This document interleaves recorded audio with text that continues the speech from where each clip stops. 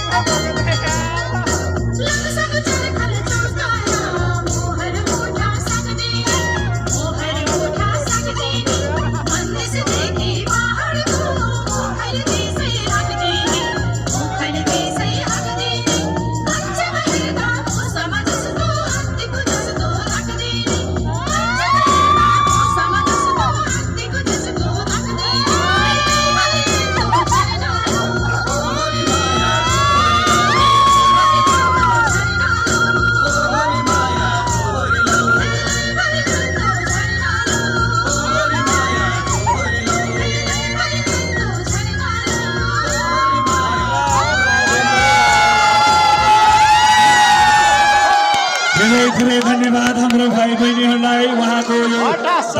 प्रस्तुति थियो यो प्रस्तुति